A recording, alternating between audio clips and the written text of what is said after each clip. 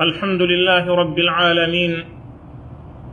أشهد أن لا إله إلا الله وحده لا شريك له، وأشهد أن محمدا عبده ورسوله صلى الله عليه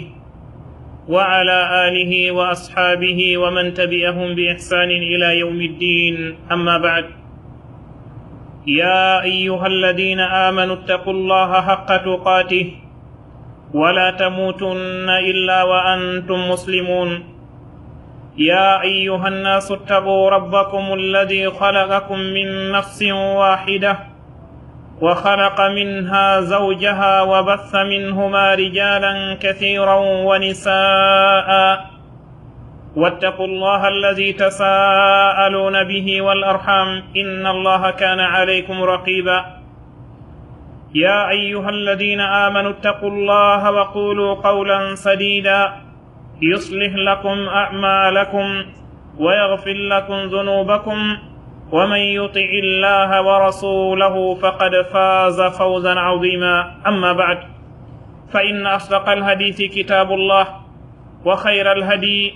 هدي محمد صلى الله عليه وسلم، وشر الأمور محدثاتها، وكل محدثة بدعة، وكل بدعة ضلالة، وكل ضلالة في النار. hara hiɗen yetta allahu subhanahu wa ta'ala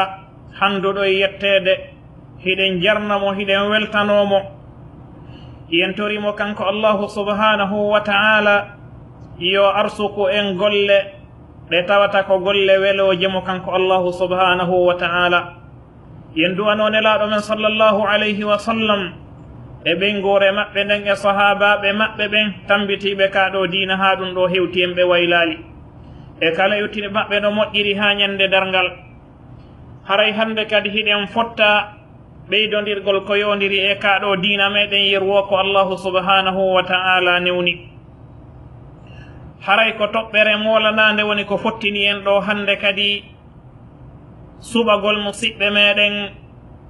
darugol ɗe alhaali fewdiɗo on e nokkuli ɗin. haray ko hunde hanande wattanede yila, ko waɗi noon yaasi be e ko fewdodi kon. kaɗo dina meɗen hino ɓanginani en ko honno woni ko wurirten ka hoore leydi ɗo, woni koko yondiri e dina kan, woni koko yondiri alhaaliji meɗen addayankoji ɗin, ha tawoyen allahu subhanahu wa ta'ala o landito en ko honno woni ko ɗan ɗo gurdam feƴƴirno. haray nde ɗo toɓɓere fottinde en ɗo hande ko toɓɓere nde heewaka yewtede e nokkuli ɗin, kono haray yentori allahu subhanahu wa ta'ala yo hawrindin en ko yewten tawata ko fi makko wona e yewtirede, tawata ko fi makko wona e yewtirede kanko allahu subhanahu wa ta'ala. haray nde ɗo toɓɓere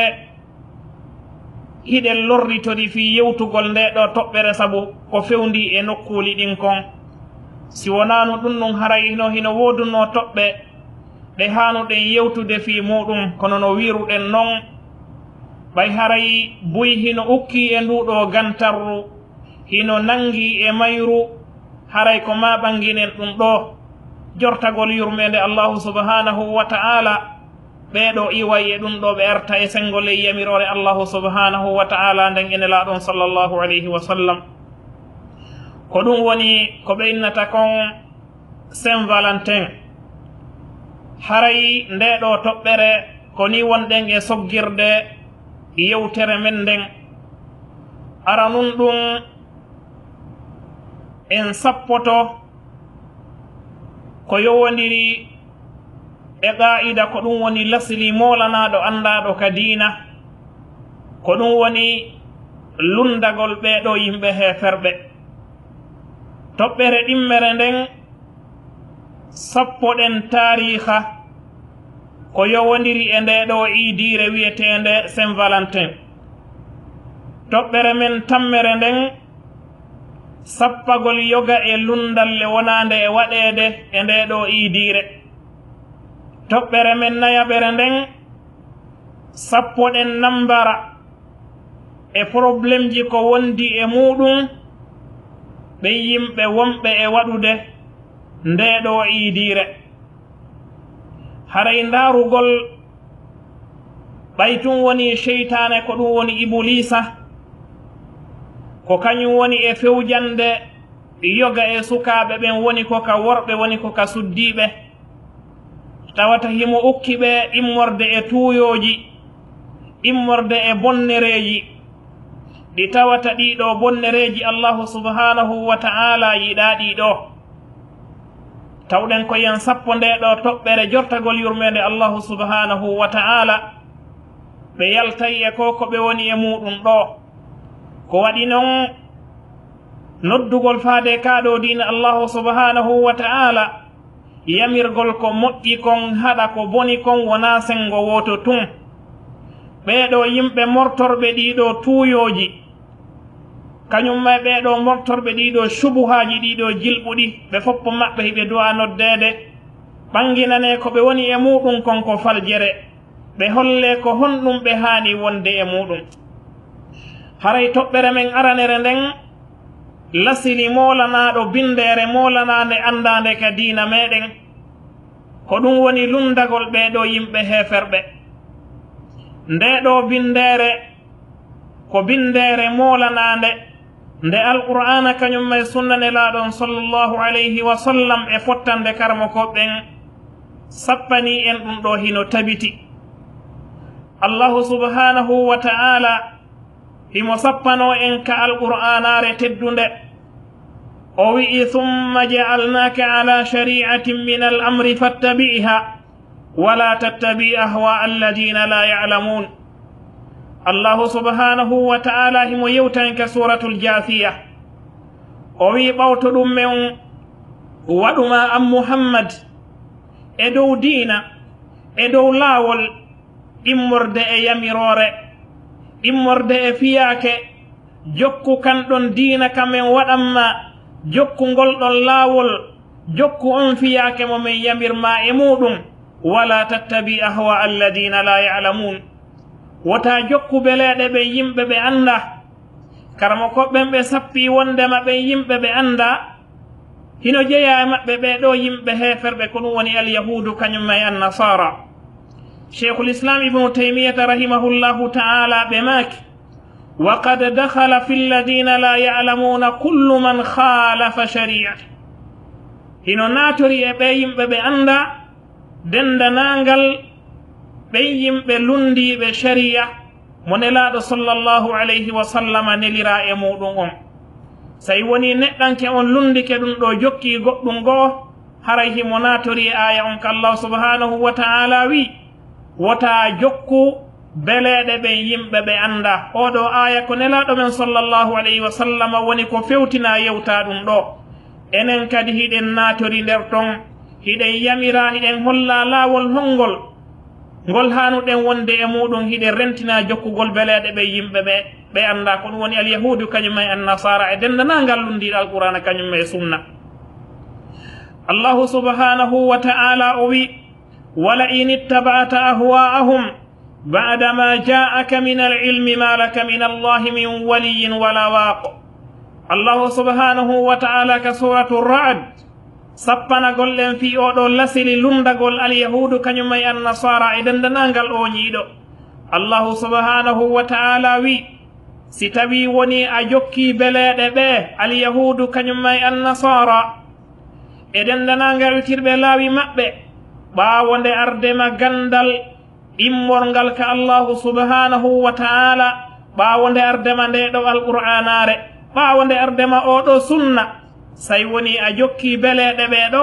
alanama ka allahu subhanahu wa ta'ala giɗo amaraton giɗo amaraton kadi on mono dande allahu subhanahu wa ta'ala yewti ɗum ɗo nelaɗo men on sallllahu alayhi wa sallam ɗum ɗo hino watta e juuɗe meɗen enen kadi hiɗen rentina jokkugol beleɗe ɓe yimɓe ɓe anda alyahudu kañum en nasara e dendanangal o ñiɓe e laawol ngol ɓaawo nde argol len alqur'ana kañumma e sunna dendanangal on neɗɗanke jokkuɗo ɓeɗo nandintini e ɓeɗo yimɓe heferɓe e ɗin piiji ɗiɗi ɓe hertori tawata ko kertalle maɓɓe hino jeya e jokkugol beleɗe maɓɓe. Allahu subhanahu wa ta'ala wi ka tindinan gollen fi lundagol ɓeɗo yimɓe alyahudu kañum may en nasara e dendanangal alhaaliji ɗin. o wi alam ya'ni lilladina amanu an takhsha qulubuhum li dhikri llahi wama nazala min alhaq wala yakunu kalladina utu lkitaba min qabl fatala alayhim alamad faqasat qulubuhum wa kathirun minhum fasiqun. Allahu subhanahu wa ta'ala himo jamtano en ka suratul hadid o wi alam ya'ni lilladina amanu e hananali ɓen gomɗinɓe e hananali ɓen yimɓe gomɗinɓe Allahu subhanahu wa ta'ala nde heɓata koynete kon hulugol e yankinagol ɗeɗo ɓerɗe maɓɓe sabu konko jamtore Allahu subhanahu wa ta'ala e konko jippina immorde e gonga hananali ɓe ɗum ɗo hananali nde ɓerɗe maɓɓe ɗen ɗeɗe hoyata sabu awɗo alqur'ana e oɗo sunnelaɗo men sallallahu alayhi wa sallam ɓawto ɗum o wi wala yakunu kalladina utul kitaba min qabl wota ɓe laato wota ɓe wonu wota alhaali maɓɓe wonu wona ɓe yimɓe hokkaɓe defte ko ɗum woni alyahudu kañuma en nasara attiɓe. Allahu subhanahu wa ta'ala wi gurdam maɓɓe ɗan juuti ɓerɗe maɓɓe ɗen ɗe yoori ko ɓuri hewde maɓɓe ko yimɓe fasiqiɓe. Cheikhul Islam ibnu Taymiyata rahimahullahu ta'ala ɓe wi wala yakunu kalladina utul kitab nahyun mutlaqun an mushabahatihim. Kallahu subhanahu wa ta'ala wi wota ɓe laato wano ɓen yimɓe hokkaɓe defte ndeɗo ko haɗande werlitande ni ga e nandintinnagol e maɓɓe ko ɗum woni alyahudu kañum may en nasara ɓawto ɗum ɓe maaki wa huwa khassun aydan fi nnahyi min mushabahatihim fi qaswati lqulub. ɓe wi ɗum ɗo kadi hino hertina fi haɗugol julɓe ɓe nandintinnagol e maɓɓe e yorugol ɓerɗe maɓɓe. ɓe wi wa qaswatu lqulub andu yorugol ɓerɗe ɗen min samaratil ma'asi ko dimɗe geddi dinɗe yeddugol Allahu subhanahu wa ta'ala. dinɗe yeddugol Allahu subhanahu wa ta'ala yorina e ɓerɗe sa iwtiri ɓawɓe a woni e ko ɓeɗo woni aadaji maɓɓe bonɗi e yeddugol Allahu subhanahu wa ta'ala ɓerne ma nden yore sabu geddi ɗi wonɗa e wadde ɗin. Imam Ibnu Kathir rahimahullahu ta'ala ɓe wi fi firtangol len oɗo aya ka suratul hadid ɓe wi walaqad naha Allahu almu'minina an yatashabbaha bihim fi shay'in min al-umuri al-asliya wal-far'iyya. Imam Ibnu Kathir rahimahullahu ta'ala ɓe wi Allah subhanahu wa ta'ala haɗi gomɗinɓe ɓen nde ɓe nandintinnoto e ɓeɗo yimɓe heferɓe immorde e hunde e ɗimpiiji woni ko ka bindeje woni ko ka calɗi e dendanangal alhaaliji ɗin Allahu subhanahu wa ta'ala haɗi en nandintinnagolle ɓeɗo e ko wona ɗeɗo ayeje jolɗe e alqur'ana on tindinangol ɗen oɗo qa'ida ndeɗo bindere faandunde lundagol ɓeɗo yimɓe alyahudu kañuma en nasara julɗo on koma o faama ɗum ɗo sharia on hino faandi ɗum ɗo ko faandunde molanade ni ɗum ɗo koko diininorte ni lundagol alyahudu kañumma en nasara e dendanangal lundiɓe alqur'ana kañumma e sunna. Nelaɗo men sallallahu alayhi wa sallam ɓe maaki wano fillorani en noon Abdullah ibn Umar radiyallahu anhuma. Nelaɗo sallallahu alayhi wa sallam ɓe maaki man tashabbaha bi qawmin fa huwa minhum. Kala nandintiɗo e yimɓe haray ko e maɓɓe woni ko o jeeya e muɗum ko ɗum ɗo nelaɗo men sallallahu alayhi wa sallam woni ko sappani en. Kala on nandintiniɗo e yimɓe haray ko e maɓɓe woni ko o jeeya. Imam Abu Dawud woni ko fillani en hadis on isnad hadis on sanadu makkon hino selli wano iraqiyu sappori noon wondema hadis on hino selli ko wano noon kadi hafiz imamul hafiz ibnu hajar hiɓe sellini hadis on kon noon kadi cheikh l'albani rahimahullahu taala ɓe sellini hadis on. ɗum ɗo ko rentinta en ko lundagol ko haɗugol en wota en nandintinno e maɓɓe. Nelaɗo men sallallahu alayhi wa sallam wona imam Abu Dawud fillorani en noon hadis Shaddad bun Aus radiyallahu anhu. Nelaɗo men sallallahu alayhi wa sallam ɓe maaki khalifu lyahud fa innahum la yusalluna fi ni'alihim wala khifafihim. nelaɗo men sallllahu alayhi wa sallam ɓe maaki lunde alyahudu lundeɓe kamɓe ɓe juulidata e paɗe ɗen hino sellanama ka juulida e paɗe la siyama siɗa ka burure hiɗa haɓɓi paɗe maɗe hiɗa wawi juldude e majje ɓawto ɗum ɓe wi'i kadi ɓe juulidata e huffuje maɓɓe ɗen lundeɓe cheikh l'albani rahimahullahu taala ɓe maaki hadis on hino selli idan ɗum ɗo ko fanunde hollore mahon ɗum wondema sharia on hino yamiri en ye lundo alyahudu kañuma e annasara imam muslim rahimahullahu taala fillani en hadis ibnu umar radiallahu anhuma wondema nelaɗo men sallllahu alayhi wa sallam ɓe maaki khalifu lmushrikin lunde shirkoɓe ɓen alyahudu kañuma e annasara e ko wona maɓɓe wonɓe laawi maɓɓe ɓe maaki ahfu sharib nela sa sallam ɓe maaki taƴe ɓore ko ɗum woni yarɗi ɗin leeɓi wonɗi ka sengo dow tondu hikkindu dow ndun ɓawto ɗum ɓe maafi wa awful liha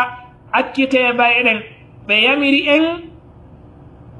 ɓe wi en accutu bayɗen alyahudu kañum e annasara lundoɗen ɓe e ko wona ɗum ɗo immorde hadisaji nelaɗo men sallllahu alayhi wa sallam no ardi noon no ɓe humpitiri wondema mofte maɓɓe ɗen jokkay alyahudu kañumma e annasara hay si tawi woni ɓe naati e ngay ka sagariwal ɓe naatay ɓe tawa ɓe nder ton ɗum ɗo ko sappanto en ko honnum ko lundagol alyahudu kañumma e annasara musidɗo julɗo tedduɗo alqur'ana hino sappanema ko innete kon alwala wal bara weldugol le hanaɓe weldede ɓen lundo hanaɓe lundede ɓen alyahudu kañuma e annasara hiyen yamira yen lundoɓe ñande wo ñande ko wonɗa e jangude ka suratul fatiha gayri lmagdubi alayhim wala ddallin yatoro allah subhanahu wa ta'ala yo waɗe e laawol harana laawol ɓen ɓe o tikkani alyahudu kañuma e annasara no karaɓe koɓɓen sappori noon ka suratul fatiha hiɗa yamira ya lundo ɓeɗo tawata an ko ya waɗu golle ɗe ɓeɗo woni e wadde konngol ma ngol ko wonɗa e wowlde kon ka suratul fatiha kañumma e kuugal ma ngal e golle maɗen luutodiri idan komi ardinani nde ɗo daƴƴande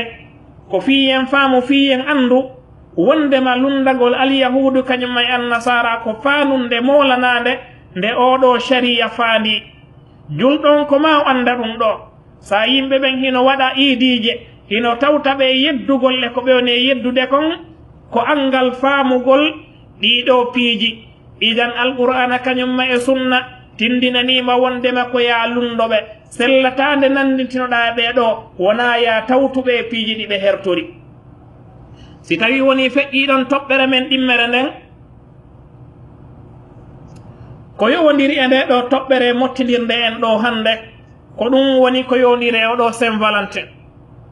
no wiruɗen ɗon haray hiɗen yewtude nde ɗo toɓɓere ko en lorritorɓe yewtugol ɗum ɗo sina ɗum harayno hino woduno ko yewten kono ɓayi musidɓe men jiyaɓe ka diina ɓe ukkike ɗum ɗo ɓe woni e ɗum ɗo haray ko ma ɓanginen ɗum ɗo e yurmede allah subhanahu wa ta'ala no gasa ka woɓɓe maɓɓe yilto iway ɗum ɗo ɓe anda wondema koye faljere ɓe woni e muɗum haray nde ɗo lowre nde ɗo toɓɓere ko ma anden ko honto woni ko ɗum ɗo tubbi ko honto woni ko ɗum ɗo tubbi ko honno oɗo alhaali woni ko sakitori ha tawata ɗum ɗo hino waɗanede iidiji hande julɓe hino tawti ɓeɗo heferɓe hino wadde ɗum ɗo no gasa sa andi ko honto woni ko ɗum ɗo tubbi ko honto woni ko ɗum ɗo fuɗɗi a wawa rentade e muɗum musidɗo julɗo tedduɗo ko innete kon saint valentin yani so tawi woni en daari tariha on histoire on haray saint valentin on ko mooji ɗiɗi yani ko konguɗi ɗiɗi woni ko hawtita saint on ko feere valentin on ko feere si tawi woni ko gorko ma ɗum ko hunde gorde ma ɗum ndeyre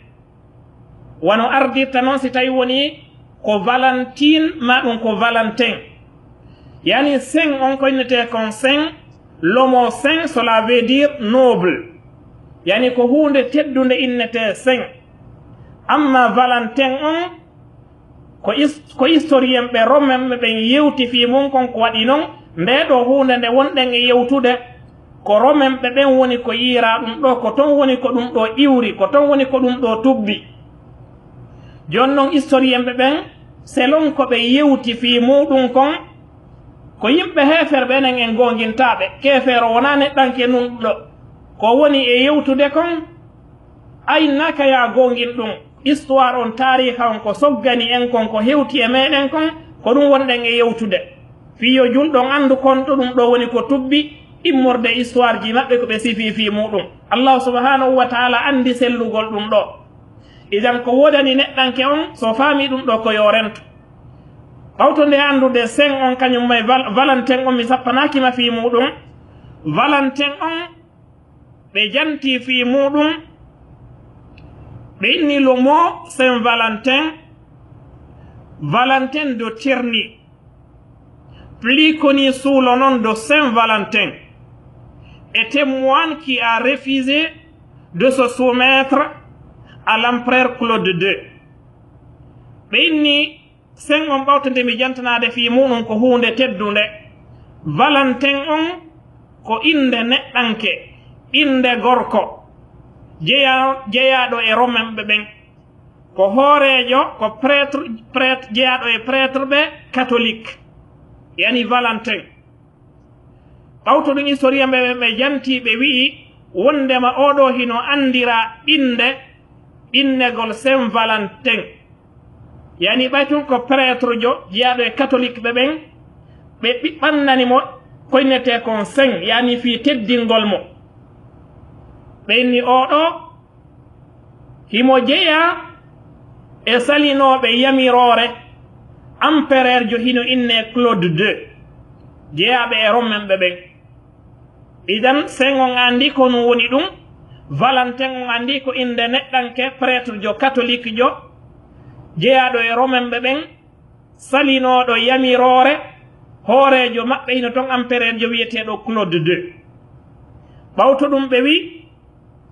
tuy jantana golɗen histoire ko honno tariha o salori yanu yamirore Claude II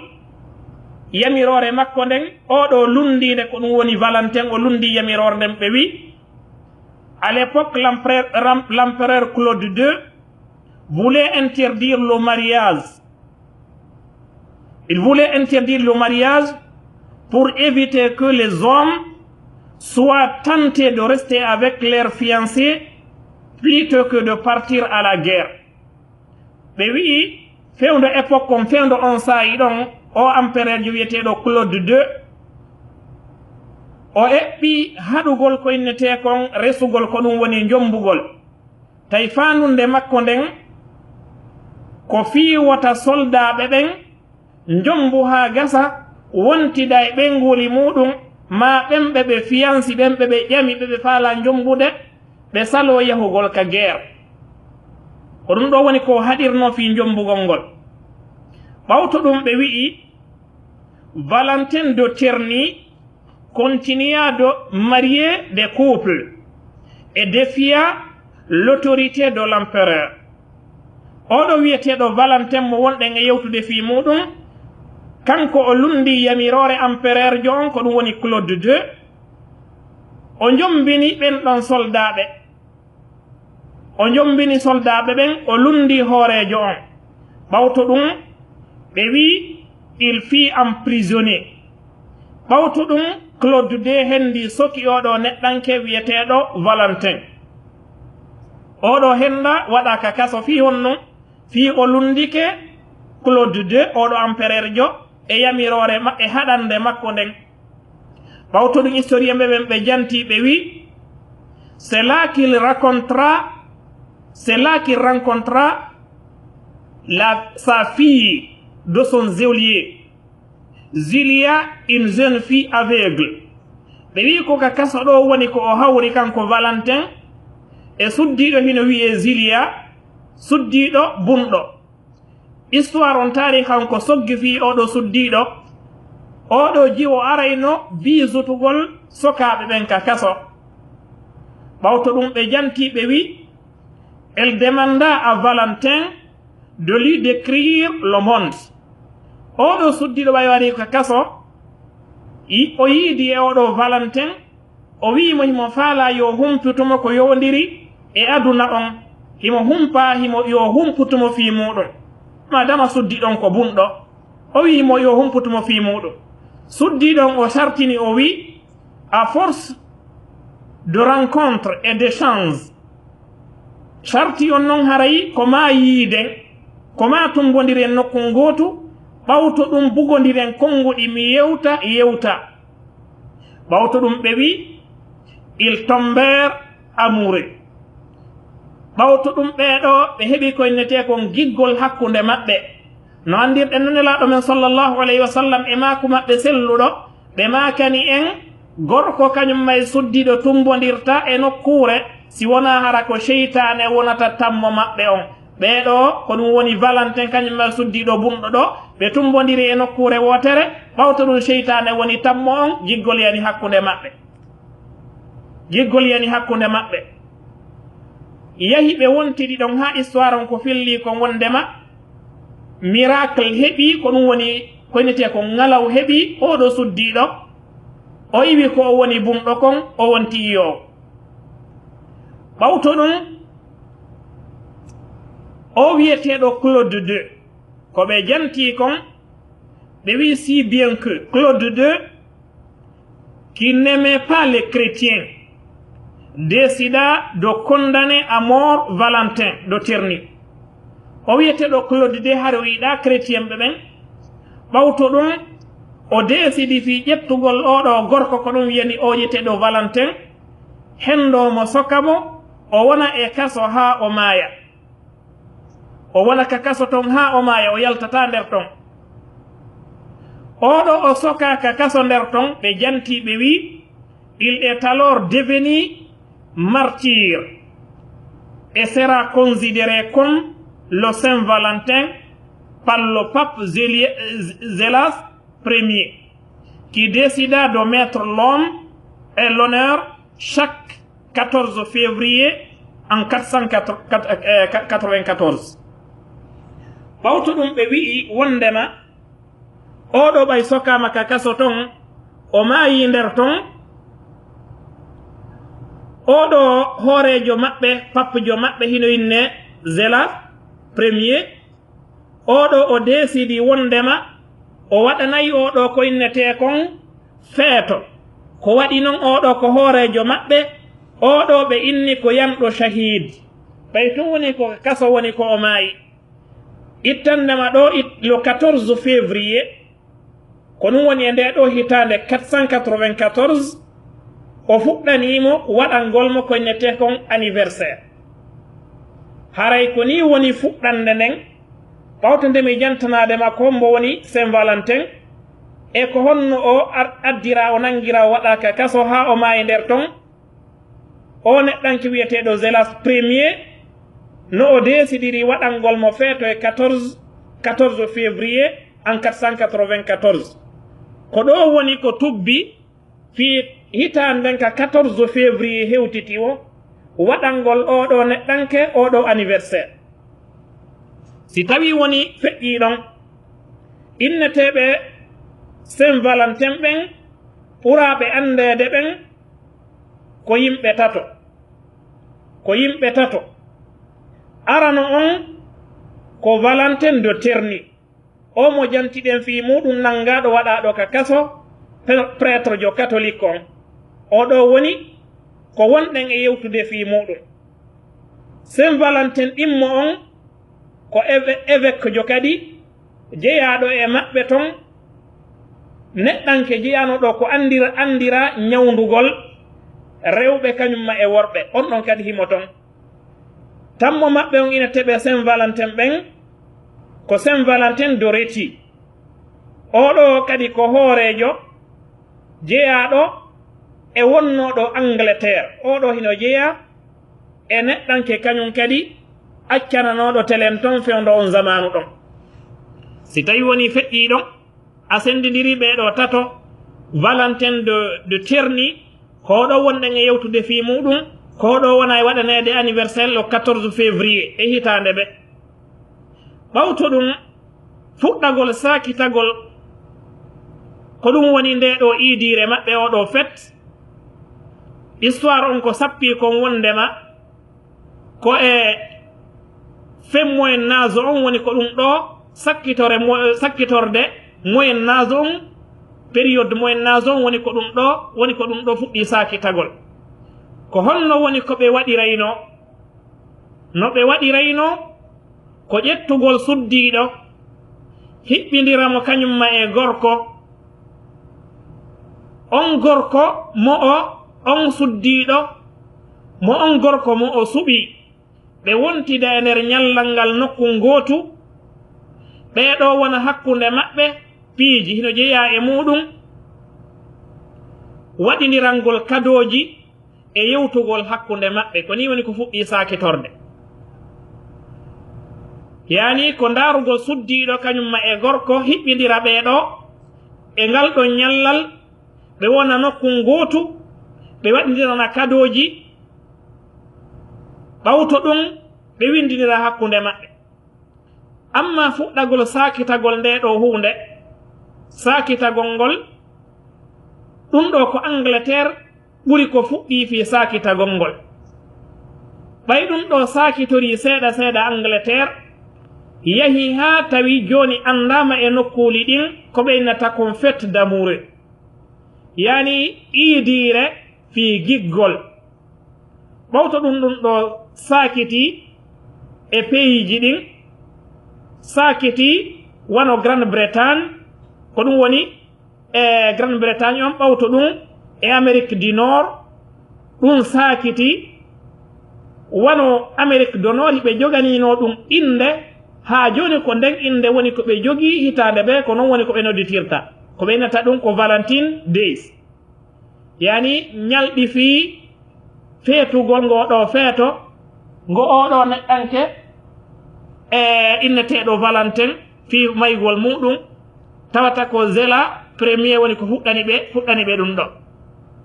ɗum ɗo sakiti won Amérique du Nord ha ɗum ɗo waɗana inde kono noon kadi sakiti Europe e sakkitorde e seconde guerre mondial on ka sakkitorde seconde guerre mondial on ɗum ɗon woni ko fuɗɗi noon ɓurtude sakkitagol e nder Europe on idan ɗum ɗo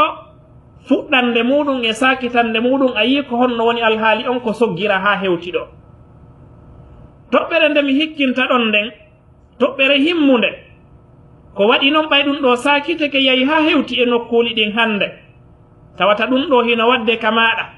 hino wadde ka cuuɗi maɗa musidɓe ma ina teɓe ko julɓe hino wadde ɗum ɗo o Saint Valentin ɗo nde ɗo iidire hinde jogii ko innetekon aadaji nde ɗo iidire oɗo fet himo jogii ko innetekon aadaji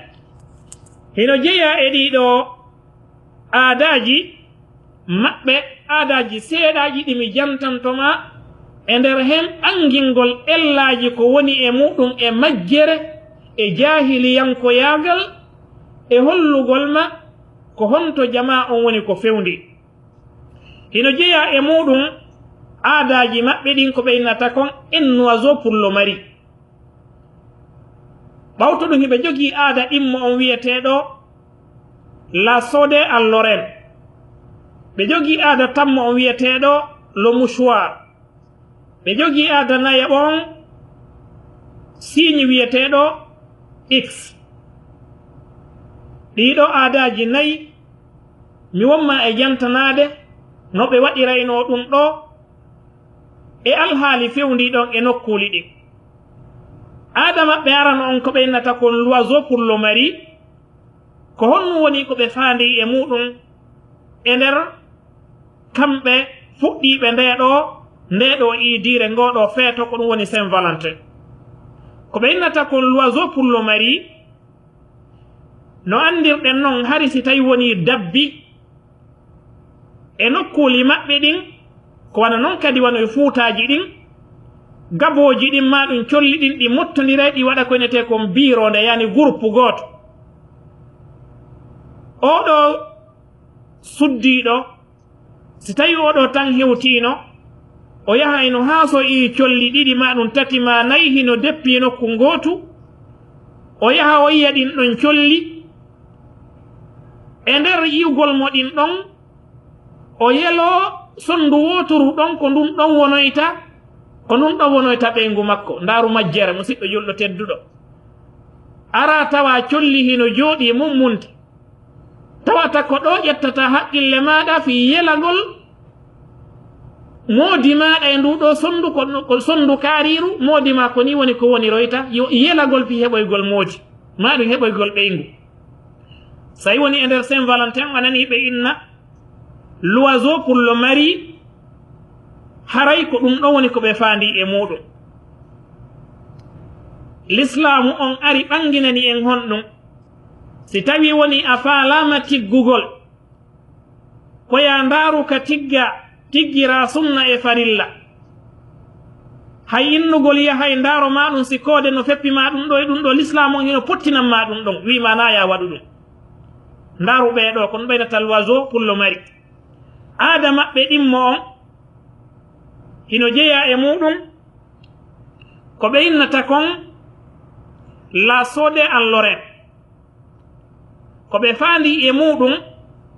wondema sukaaɓe ɓen koyo windo e liste, e nder on liste mo ɓe windi ɗon mo kala suɓo suddiɗo mo faala on, ɓawto ɗum liste on jange mo kala ƴetta on suddiɗo, weldida on suddiɗo mo suɓi ɗon e on liste ɗon. Ndaaru majjere nden ndaaru jahiliyankoyagal ngal, si tawi woni worɓe ɗiɗo worɓe tato suɓike suddiɗo goto ko honno woni ko wonayno hikkotono ɗon, ko yahugol ka tribunal hara jogi avocat ɓawto ɗum oɗo ɓurɗo folude e maɓɓe wo heddoda e suddiɗo on, ɓawto ɗum jonnamo kadoji makko ɗin wontida e on ɗon fi waɗugol nde ɗo iidire, ko ɗum ɗon ɓe innata la sode en Lorraine. Aada maɓɓe tammo on le mouchoir, yani ko innete kon fi mouchoir hunno andirɗen non, ko ɗum woni ko ɓe faandi e muɗum. ɓe janti historien ɓe ɓen ɓe janti wondema hari law suddiɓe ɓen chrétien woni ko chrétien ɓe ɓen woni ko juifle ɓe ɓen hiɓe jogino ko innete kon hersa,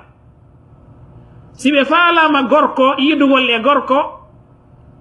na hollugol ɗum yani direct wonde ɓe no faala gorko kaarijo, gentu oɗo alhaali mo ɓeeɗo wonno e alhaali fewniɗo e zamanu meɗen ɓeeɗo ɓe wi on no historien ɓe wi wondema suddiɗon hersayno yewtudugol e makko kisamma ɗum goɗɗugo kon woni ko ɓe waɗayno ko ƴettugol misuwaru hun ara liɓa kun e koyɗe gorko, si tawi woni kun ɗo misuwaru liɓama e koyɗe hoore koyɗe gorko on, ɗum ɗon holli wondema haray suddiɗo ino faala weldudude on ɗon gorko, ko ɗum ɗon woni si tawi woni ka Saint Valentin yewtama ko ndire le mouchoir, haray ko ɗum ɗon woni ko faanda e muɗum, ittandema kaw liɓi ɗon haray gorko on andi jama on andi wondema on ɗon suddiɗo hino faalama. Oɗo alhaali si tawi woni en daari hande tawata koyo suddiɗon yaw suɓanoyo hoore muɗum jombowo ɗum, suɓanoyo hoore muɗum ɓe yewtida ha moƴƴa, ɓawto ɗum ɓe ara ɓe holla mawɓen kon woni ko ɓe hollata mawɓen, ɓe gayno wadde haaju on, ɓe gayno yewtude fottugol, ɓe humino dewgal hakkude maɓɓe wurin, ɓe yewtino ha ɓe fotti. Nelaɗo sallllahu alayhi wa sallam ɓe maati sellata dewgal nde waɗe sina hara ko e wali on ino tawa e ko hikki ɗon ko nandirɗen noon ka defte figu, ɓeeɗo ɓe hersayno ɗum ɗo. Hande suddiɗo inna ko ami de classe ma ɗum ko ɗum ɗo e ɗum ɗo ƴettoya gorko ka ƴettimo ara ha ka galle tawata ko wernugol mo, si tawi mawɗon no jooɗino ɗon e heɗitagol radio ko ɗuytugol volume on présenté oɗo gorko, suddiɗo ndeni raw hino jooɗoriɗa ko ɓannal ngol mo jullere inna nokke ñiiri yo pay ko ngo wulnan ɓe ɗon ataya, yani sifa ɗiɗo piiji yen andi ko innete kon addayus nasasalam ɓe maki dayus na taali janna neɗɗanke irritotoɗo bone pankere ka muɗum tawata oɗo gorko ko yo wonu ɗon kañum e oɗo suddiɗo ha embere ka faala nangalawol muɗum yaha mawɗo gorko on hino ɗon duhiɗo hino ɗon nenirawo hino ɗon hay e mere manatako tata ɓeɗo ne jogino kam ɗon herse isan ko ni woni koɓe suɓorayno ɗum ɗo si feƴƴi ɗon signe x on aada maɓɓe nayaɓo on koɓe waɗirayno ɗum ɗo ɓe wi'i wondema no laatorno non lawnon hari wawɓe jangude ɓen ɗuuɗa si tawi woni oɗo valentin maɓɓe hewtino ɓe windidiranayno carte ɓe waɗadirayno carte ji hakkunde maɓɓe jonnon fi signogol ɗeɗo carte je ko signe x on woni ko ɓe waɗayno wona ko ɓe faandi e muɗum fi kurwa maɗum goɗɗum goo idan ɗum ɗo ko piiji jeeyaɗi e aadaji yoga e aadaji maɓɓe yoga e aadaji maɓɓe jonnon ko ɗiɗo aadaji woni ko sakiti aduna on woni ko hewti e nokkuli ɗin toɓɓere men tammere nden ɓawtude mi jantanagol ma ɗum ɗo e aadaji maɓɓe fuɗɗande nden e aadaji maɓɓe ɓanginalngol ma lundalle woni ko ɓeeɗo andiraɓe ɗum ɗo fuɗɗorɓe ɗum ɗo kañumma e jama fewdiɓe e yaasi men on ɗo hande ko wona e waɗede kon e ɗeɗo feetoje fi lundagol ɗo ɗo sharia lundagol allah subhanahu wa taala ene laaɗo makko sallllahu alayhi wa sallam ɗum ɗo woni toɓɓere men tammere nden hino jeeya e muɗum nde neɗɗanke ƴettata ko innete ko wano fleurwal naɓana ɗum ɗo ma ɗum sokola naɓana ɗum ɗo waɗana ɗum ɗo on neɗɗanke mo o yiɗi on neɗɗanke mo o yiɗi soodugol fleurwal ma ɗum sokola nelda on neɗɗanke mo tawata giggol hino ka ɓernde muɗum woni ko ɓeygu on tigi woni ko suddiɗo janano e on tigini mo o weldirini ɗum ɗo ko lundande sharia on ni lundagol sharia allah subhanahu wa taala tawata ɓeeɗo ko ɓeeɗo woni ko andira ɗum ɗo an kadi ko waɗugol ko ɓeeɗo andiraɗo idan ɗo no lundi sharia men on neɗɗanke on sellanta ɗum nde waɗa ɗum ɗo en jantike ayeje kañum e hadisaji sappani ɗiya fi lundagol ɗum ɗo joni noon si tawi woni gorko ma ɗum suddiɗo hay so tawi woni kamɓe woni ko jombidiri si tawi woni 14 février hewti soodugol fleurwal ma ɗum soodugol sokola neldidira jonnidira hakkunde muɗum ɗum ɗo tawo ko jembingol alyahudu kañuma en nasara e wal haali maɓɓe ngo feeto maɓɓe ɗo ko wallidirgol e hoore jaggutugol allah subhanahu wa taala o wi wa taawanu ala albirri wattaqwa wala taawanu ala alismi wal udwan wallodire e ɗiggalngol allah subahana taala e kulo e ɗiggalngol allah subhanahu wa taala wota on wallidiri e ɓowgol bakkato e jaggutugol an e moodi maɗa on wallidiri fi jaggutugol ko waɗi noon geɗal ɓe momɓen kadi koye hoore ndiɗo needi woni e janɗude ko ɗum ɗo kamɓe kadi woni ko ɓe waɗoyta heno jeeya e alhaaliji wonaɗe e waɗede ndeɗo iidire windidirangol ko ɓe innata kon waɗidirangol carte je hakkunde maɓɓe carte hollooje koynete kon giggol hakkunde maɓɓe oɗo aada bonɗo aada mo tawata hino lundi alqurana kañum e sunna waɗidirangol carte hakkunde maɓɓe woni ko aaden e ɓeygu muɗum maɗum ko aaden e on neɗɗanke mo yiɗi waɗira carte hakkunde maɓɓe yehi ha ɓe waɗi bilan ko yondiri e ko wona e waɗede nder hitande nden ko si ɗum ɗo hewti telen ko yaata 9 millions carte wonaɗe e waɗede hakkunde ɓeɗo wonɓe nde hino yiɗidiri wurimɓe wi hino yaha ha feƴƴa ɗon hitande ɓe allah subahana taala andi adadu ko ɗum ɗo wona e waɗede kono noon hewti e nokkuli ɗiya sikkano ɗum ɗo hewte hino jeeya e muɗum e ɗi piiji waɗeteɗi ɗin windidirangol hakkunde muɗum woni ko aaden e moodi muɗum woni ko gorko kañum may suddiɗo janano windidirangol hakkunde maɓɓe tawata ko wona e windidiranede kon ko hollugol ko yowdiri e giggol hakkunde maɓɓe ɗum ɗo eno jeeya hunde wona nde waɗede idan si feƴƴi ɗon ƴettugol gorko janano yowa ɓernde muɗum e suddiɗo janano ɗum ɗo hino harmanma Allah subhanahu wa ta'ala hino harmanma harminanma ɗum ɗo diina men ka hino harmini ɗum ɗo suddiɗo mo a tigga gorko mo tawata wona dewgal woni ko huma hakkunde moɗon ala ko windidirana an e oɗo ala ko nelda oɗo ala ko waɗana oɗo carte ala ko waɗana oɗo hay emere an kadi si tawi woni a inni joni ko hakkunde ma e ɓeygu maɗa ɗum ɗo ko aada heferɓe ni yen wiya l'islam o hino noddi en ye lundo aada heferɓe ɓe walla sapporone ka fuɗɗode yewtere no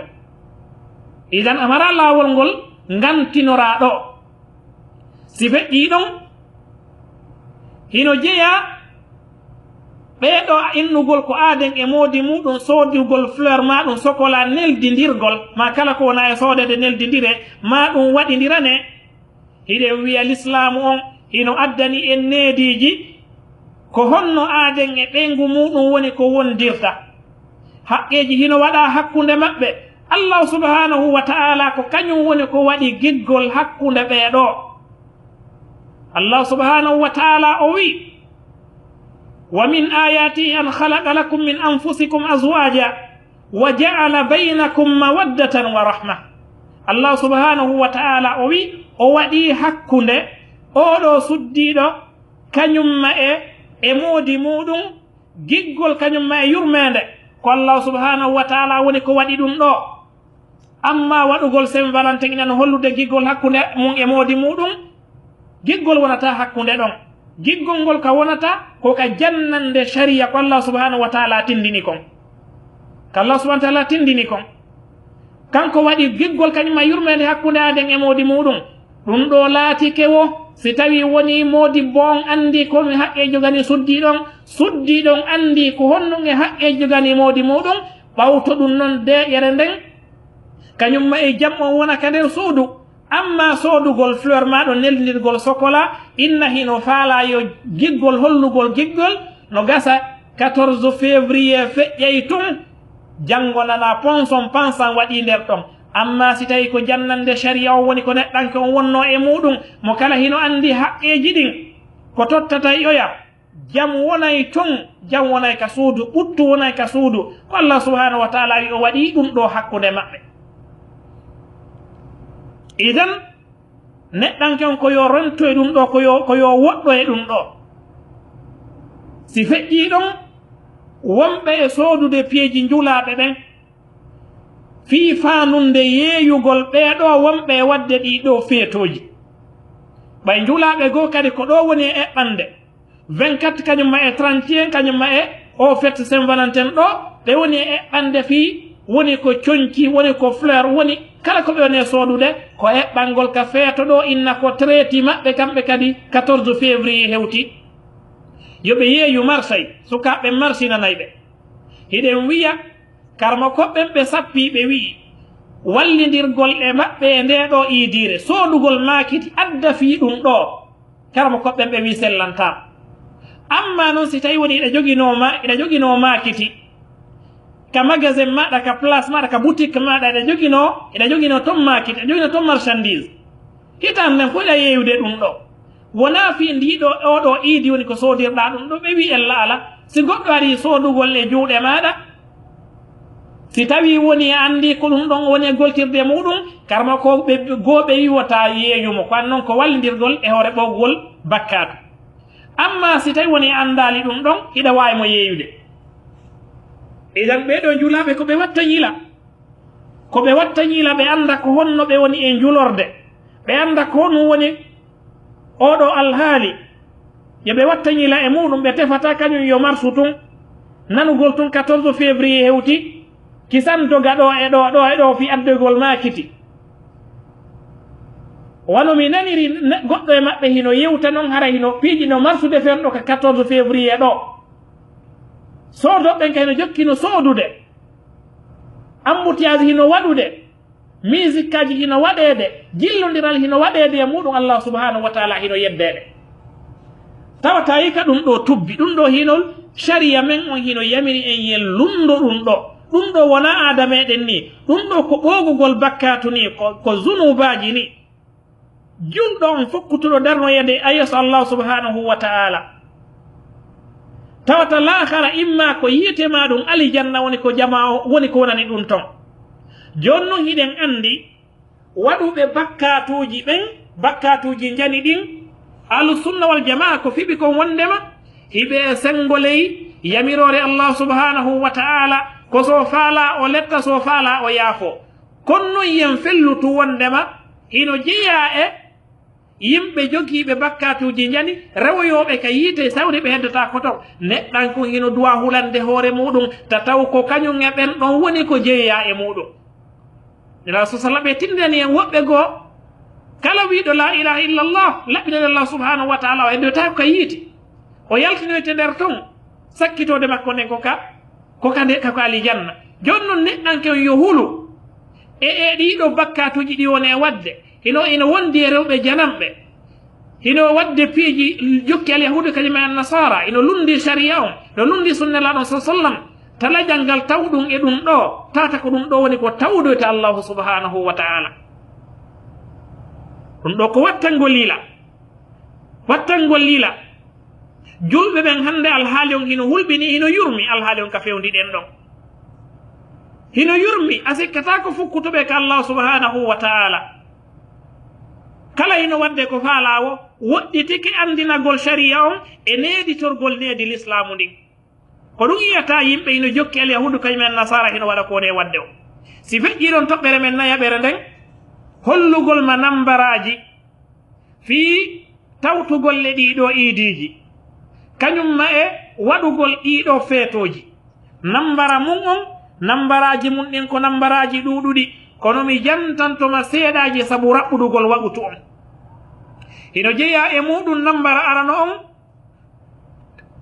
feetugol ngoɗo feeto tawtugol ɓe ɗum ɗo ko lundande allah subhanahu wa ta'ala feeñude lundande allah subhanahu wa ta'ala feeñude allah subhanahu wa ta'ala o waɗani en iidije hino ɗo iidi ko ɗum woni suumaye hino ɗo iidi donkin hino ɗo nde ɗo jumare e dendanal ngal e nder yontere nden jumare hino woodi o waɗani en ɗum ɗo shar'inanama en enen en wi'i ko woni e juuɗe alyahudu kañuma e annasara ko ɗon woni ko woneten ko yen tawtuɓe e muɗum waɗanen enen kadi ndeɗo iidire waɗen ndeɗo iidire allah subhanahu wa ta'ala o wi likullin ja'alna mansakan kala min waɗani ko innete kon e iidire min waɗani ɗum iidire iidije men ɗen hino anda fiyo num tawtanten ɓe ɗeɗo iidije iya neɗɗanke wonɗo e waɗude ɗeɗo iidije ɗeɗo feetoje tawata neɗɗanke on julde suuma e hewtay tawata neɗɗanke on ɓernde mum o weltaki joga ko ente kon welo welo ka ɓernde muɗum julde donkin hewtay joga ko ente kon welo welo no gasa juma on hewtay ronka yahude juuloygol juma kono 14 février si innama hewti neɗɗanke on haray hino welti no windinirante goreɓe mum e ɗimmoɓe mum message ji ndaru ka julɗo hewti inneteɗo ko julɗo neɗɗanke on yo andu embere hoore muɗum no jeeya e nema molnaɗomo allah subhanahu wa taala ɓurɗo mawnude mo allah subahana taala nemini en yo taw ko e nder kaɗo dina l'islam woni ko neɗɗanke on woni e muɗum wona e keeferu fiyon num neɗɗanke on tawtanta keefeero ay gaño allah subhanahu wa taala laɗon sallllahu alih w sallam fiyon neɗɗanke tawtantaw ɗo e ɗiɗo adami inan ɗum ɗo ko lundagol lundande feeñude allah subhanahu wa taala kala lundiɗo allah subhanahu wa taala yo andu allah subhanahu wa taala o fuutatako mo o lawatako mo allahu subhanahu wa taala hino habbi neɗɗanke on allah subhanahu wa taala no habbi neɗɗanke on fiyon ngo lundanto o waɗa allah subhanahu wa taala rentini en wota en jokkuɓeɗo wota en weldudeɓe ɗo ko allah subhanahu wa taala taguɗoma e toɓɓere maniyu ɓawto ɗum heɗɗere ƴiƴam ɓawto ɗum huyre ɓawto ɗum fondidirma waɗanma ƴiye adduma ka hoore leydi ɗo wondoma e ñamminde wondoma e waɗande den nanngal piiji ɗin oɗo o wi'ama ya lundo alyahudu kañum e annasara wiya a haajaka e muɗum am fi honno neɗɗanken o andali konto o fuɗɗi o andali konto o fokkiti nono yurbi ha feƴƴiti si feƴƴi ɗon hino jeeya e nambara ɗimmo on waɗugol ɗeɗo feetoje ɗum ɗo hino jeeya e huunde nde tawata ko jokkugol beleɗe maɓɓe ɗen Allah subhanahu wa ta'ala hino rentini en wota en nandintinno e maɓɓe mo rentini e muɗum wota en nandintinno e ɓe wota en wondude e maɓɓe enen en lundike ɗum ɗon nokkuga Allah subhanahu wa ta'ala wi walladina la yashhaduna zur ɓen ɓe seeditatako ko innete kon iidije heferɓe ɓen wano Qatada rahimahullahu ta'ala kanko ko firi aya wondema ɓe tawatake iidije maɓɓe ɗen tawta an hiɗa wadde ɗum ɗo hiɗa hebilani ɗum ɗo fi honno a lundike Allah subhanahu wa ta'ala nambara tammo on lundagol nelaɗo men sallallahu alayhi wa sallam nelaɗo men sallallahu alayhi wa sallam sen daari bi Makka ha Madina ha ɓe feƴƴini e alhaaliji maɓɓe ɗin fof entaɓe fanunde nden ko lundagol alyahudu kañumen nasara ɓe lundiɓe e alhaaliji ɗin fof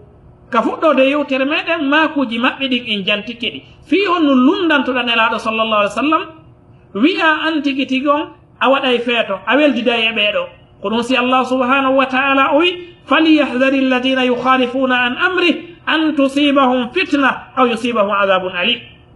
kono yo rento ɓe wonɓe lundade yamirore nelaɗo sallallahu alayhi wa sallam nden nde heɓataɓe probléme nde heɓataɓe nambara albalaw ma ɗum nde heɓataɓe lette muusuɗe kono yo rento ɓe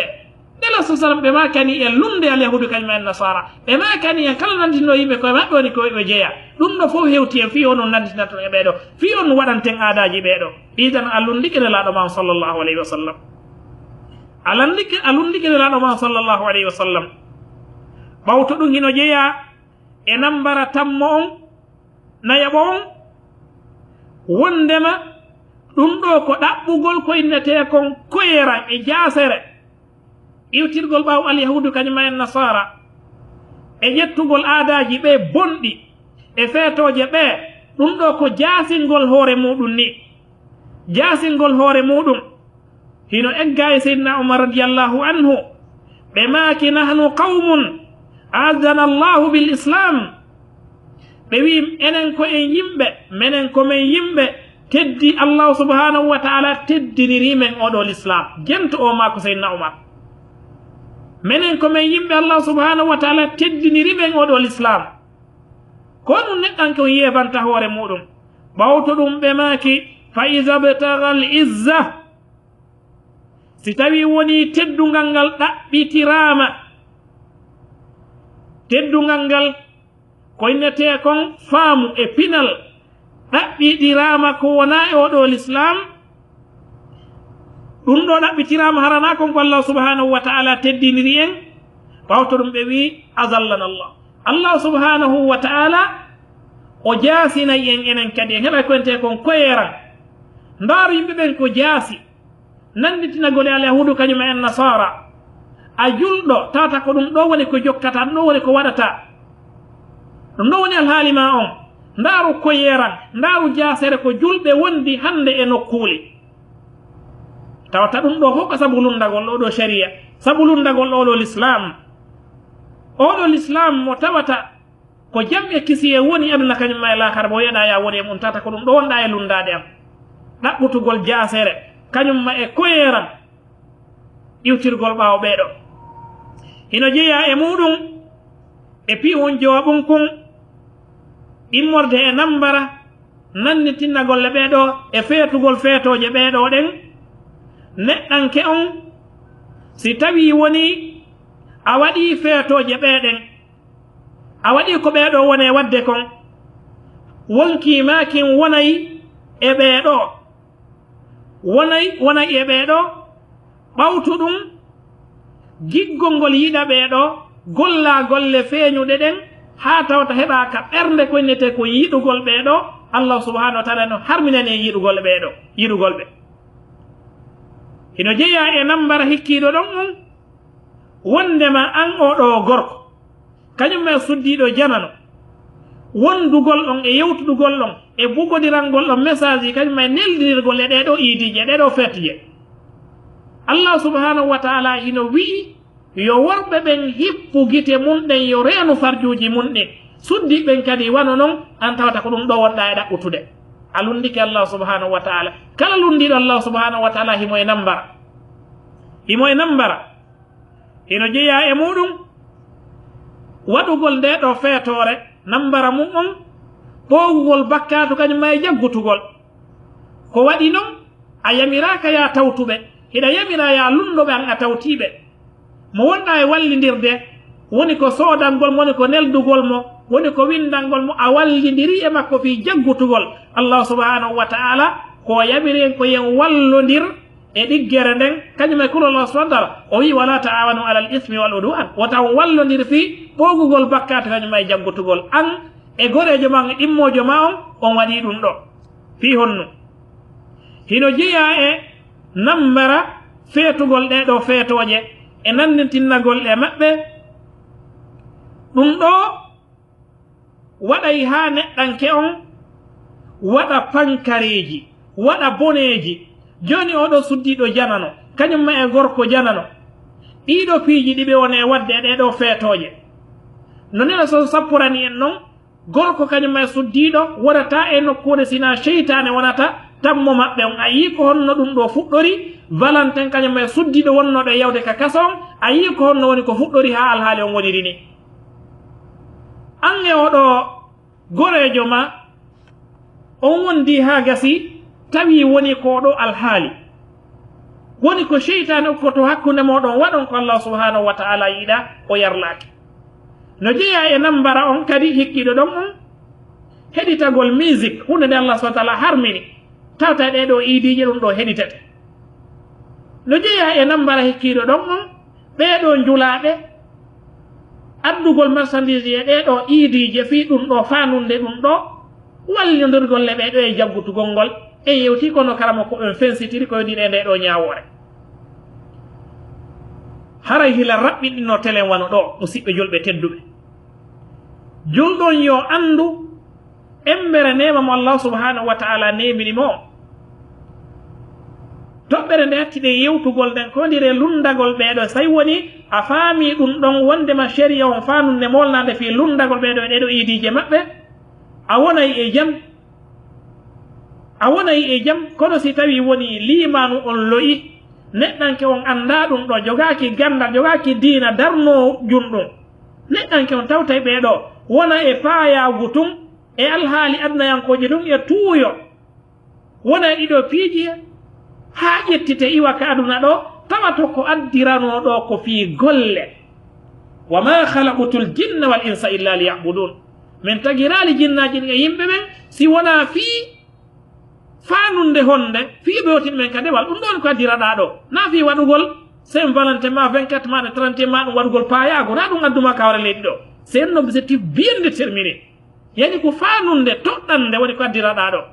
Allah subhanahu wa ta'ala wi afa hasibtum annama khalaqnakum abatha wa annakum ilayna la turja'un hiɗo sikkude ko wi sabu fiiji ndar woni ko men tagiri on yo sikkude ko fii waɗugol Saint Valentin ma ɗum ɗo feeta ɗum ɗo nandino heferɓe fii jakko yo sikkude ko ɗum ɗo woni ko men tagiri on yamiraka on haɗaka no kala ko ɓe firi aya on noon ka amen ga yon sikkude o ruttatako ga andu ñande fini weeti wo hiɗa woɗɗitade aɗu noon hiɗa ɓattade lahara ko ha honde ngoɗo welsindo ko ha honde oɗo suka ka worɓe ka suddiɓe woni e ɗanade ngoɗo welsindo ko ha honde on tiwne fubbade ngoɗo tuuyo ko ha honde on tiwne fubbade ɗum ɗo a anda sina ñande innete ko 14 février 2019 a anda sina nden ñande woni ko ladial ma ngal happa fi hon non hebilanta ɗum ɗo fi hon non dartantoɗa ɗum ɗo fi on teddinanta ɗum ɗo fi hon haray ko wonɗen e wasiyade julɓe ɓen ndennanangal kaɓe woniri yoɓe iwtir ɓawnelaɗon sallllahu alayhi wa sallam yoɓe iwtir ɓawnelaɗo sallllahu alayhi wa sallam yoɓe lundo alyahudu kañuma e annasara yoɓe andu malal maɓɓe ngal aduna kañumma e lahara ko wonugol ɗe ko alqur'ana kañumma e sunna tindini kon wona iwtirgol e ɓaw alyahudu kañuma e annasara hara en yi ko honno ɗum ɗo fuɗɗori julɗon simo falana hoore makko malal aduna kañumma e lahara yo wonu e ko alqur'ana kañumma e sunna tindini kon yen tori allahu subhanahu wa ta'ala yo tabbinten en e kaaɗo diina makko haa o ƴettita en arsika e jannatul firdaus yen torimo kanko Allah subhanahu wa ta'ala ɓe ukkiɓe ngoɗo tuuyo ɓe ukkiɓe eɗe ɗiɗo geddi yo Allah subhanahu wa ta'ala yaltimɓe e muɗum buyi hino ukki e muɗum sabu angal andugol sabu heɓugol ko ɓangina ɗon kaaɗo diina Allah subhanahu wa ta'ala buyi hino ton hino ukki ton sabu tuuyo kañumma e beleɗe muɗum hino waɗɗi duwata ɓe ɓen e karmokoɓe ɓen nde ɓe ɓanginanta yimɓe ɓen ɗiɗo alhaaliji alyahude kañuma en nasara hino haɓɓiti a wurataka horli ɗo hiɗa hoore alqurana kañumma e sunna ko ɗum ɗo woni fanunde maɓɓe nden walan tarda anka alyahud wala nasara hatta tattabiya minnatahum alyahudu kañuma en nasara yiɗatama weldata e maɗa ha yutira laawi maɓɓe ɗin sina ittandema ka ɓeyyoɗo suka suddiɗo waɗi ɗiɗo piiji maɓɓe hara ɓe andi ɓe ɓikkoynete kon victoire jama on yo yilto e alqurana kañumma e sunna wona e muɗum toro Allah subhanahu wa taala tabitan Allah subhanahu wa taala ƴettita ɗum wallahu alam wa sallallahu ala nabiyina muhammad wa ala alihi wa ashabihi ajmain